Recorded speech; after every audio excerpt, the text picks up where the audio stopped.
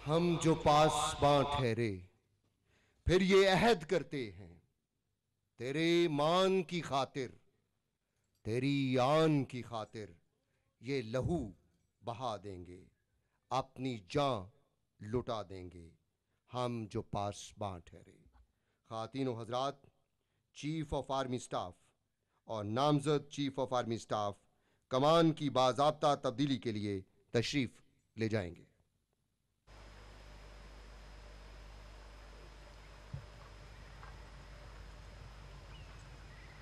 Ladies and gentlemen, now the outgoing Chief of Army Staff, General Qamar Javed Bajwa, Nishan-e-Imtiaz Military, will formally hand over the Pakistan Army Command to Chief of Army Staff Designate, General Syed Asim Munir, Hilal-e-Imtiaz Military.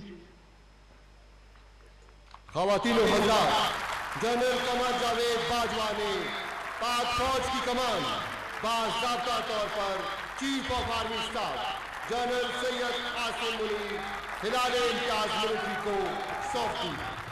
निगाह बुलंद, सुखन दिल नवाज, जान पुरसोज, यही है रफ्ते सफर मीरे कारवां के लिए। General Syed Asim Munir Hilal-e-Imtiaz military Pakistan की बर्री फौज के 17वें चीफ ऑफ आर्मी स्टाफ हैं।